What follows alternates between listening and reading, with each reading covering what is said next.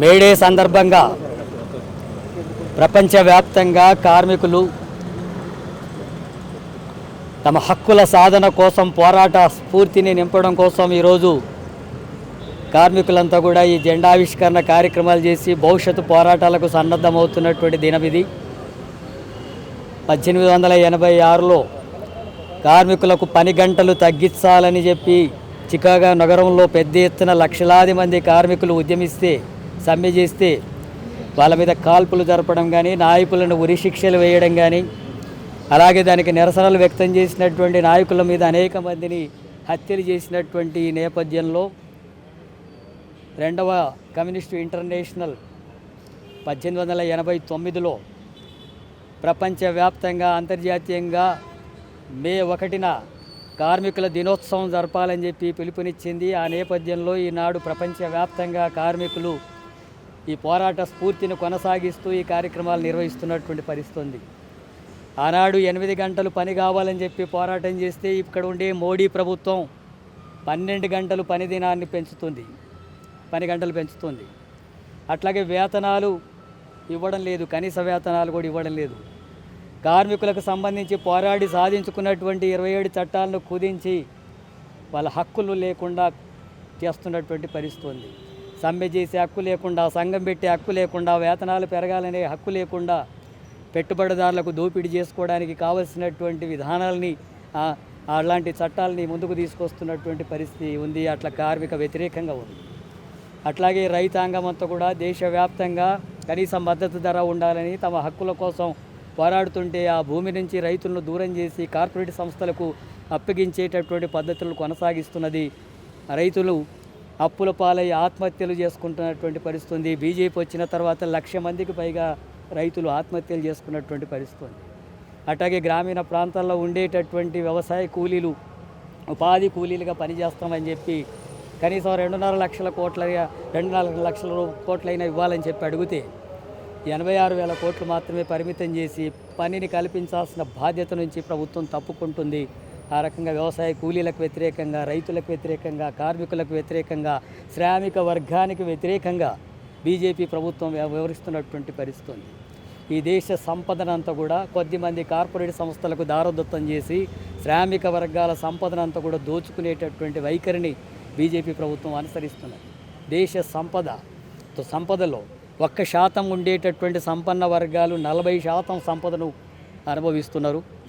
50%గా ఉండేటటువంటి పేద ప్రజలు కేవలం 3% సంపదతోనే కాలం గడపాల్సినటువంటి దుస్థితి ఏర్పడింది. అంటే ఇంత తీవ్రమైనటువంటి ఆర్థిక అసమానతలు కొనసాగుతున్నటువంటిది. పనిచేసే హక్కు లేదు, ఉద్యోగ అవకాశాలు లేవు, నిరుద్యోగ సమస్య పెరుగుతూ ఉంది, అధిక ధరలు పెరుగుతూ ఉన్నాయి, కనీస సౌకర్యాలు ప్రభుత్వాలు తీర్చడం లేదు. రేషన్ కార్డు మీద 14 రకాల సరుకులు ఇవ్వాలంటే ఇవ్వడం లేదు. పెరిగిన ధరలతో కుటుంబాలు ఇబ్బందులు పడాల్సిన దుస్థితి వస్తుంది. ఉండడానికి ఇల్లు లేదు, ఇంటి స్థలం లేదు, గుడిసెలు వేసుకుంటామంటే గుడిసెలే పీకేసే కార్యక్రమాలు ప్రభుత్వం కొనసాగిస్తుంది. ఇల్లు కావాల్సినటువంటి పరిస్థితులు ఈరోజు ప్రజల ముందు ఉన్నాయి. అట్లాగే విద్య, వైద్యం వ్యాపారంగా మారింది. పెట్టుబడిదారులు, ధనిక వర్గాలు దోపిడీ చేసుకోవడానికి సాధనంగా విద్యా వైద్యం వ్యవస్థలు తయారైంది. ప్రభుత్వ రంగంలోనే ఉచితంగా విద్య, వైద్యం సాధించడం కోసం శ్రామిక వర్గం పోరాటం చేయాల్సినటువంటి పరిస్థితి ఉంది. అధిక ధరలకు వ్యతిరేకంగా పోరాడాల్సిన అవసరం ఉంది. సంపదను సరైనటువంటి పద్ధతిలో పంపిణీ జరగడం కోసం పోరాటం చేయాల్సింది ఉంది. సామాజిక అసమానతలకు వ్యతిరేకంగా సామాజిక న్యాయాన్ని సాధించడం కోసం శ్రామిక వర్గాలు పోరాటాన్ని కొనసాగించాల్సినటువంటి అవసరం ఉంది. అదేవిధంగా దేశంలో కొనసాగుతున్నటువంటి స్త్రీ పురుష అసమానతలు, సామాజిక అసమానతలు, ఆర్థిక అసమానతలకు వ్యతిరేకంగా పెట్టుబడిదారులు, కార్పొరేట్ సంస్థల దోపిడీకి వ్యతిరేకంగా పోరాటాలు ముందుకు సాగాల్సిన అవసరం ఉంది. అలాంటి స్ఫూర్తితో మేడేను కొనసాగించాలి. ఈనాడు అధికారంలో ఉండే కేంద్ర రాష్ట్ర ప్రభుత్వాలు పూర్తిగా పెట్టుబడిదారులకు, కార్పొరేట్ సంస్థలకు అనుకూలంగా ఉండి శ్రామిక వర్గాలకు వ్యతిరేకంగా ఉండే ఈ నేపథ్యంలో ఈ పెట్టుబడిదారు వ్యవస్థకు వ్యతిరేకంగా సోషలిస్టు వ్యవస్థను సాధించుకోవడం మాత్రమే నిజమైనటువంటి ప్రత్యామ్నాయం అవుతుంది. అది మార్క్సిస్ట్ ఆలోచనలో భాగంగా సోషలిస్టు వ్యవస్థ నిర్మాణం కోసం శ్రామిక వర్గం అంతా కూడా పోరాటం చేయాల్సినటువంటి అవసరం ఉంది. ఆనాడే ఈ సమస్యలన్నిటికీ కూడా సరైనటువంటి పద్ధతిలో పరిష్కారం జరుగుతుంది. అలాంటి సోషలిస్ట్ వ్యవస్థ సాధించాలంటే ఈనాడు ప్రజల ముందు ఉండేటటువంటి సామాజిక, ఆర్థిక, రాజకీయ అసమానతలకు, వాళ్ళ హక్కుల సాధన కోసం పోరాటాలని కొనసాగిస్తూ ఆ పోరాటాల్లో భాగంగానే సోషలిస్ట్ వ్యవస్థ నిర్మాణం కోసం పోరాడాల్సిన అవసరం ఉంది. సిపిఎం పార్టీ తెలంగాణ రాష్ట్ర కమిటీ కార్మికులంతా కూడా కలిసి పెద్ద ఎత్తున ఈ నెల 20 తారీఖున సమ్మె కార్యక్రమానికి పిలుపునిచ్చారు. తమ హక్కుల సాధన కోసం పిలుపునిచ్చారు.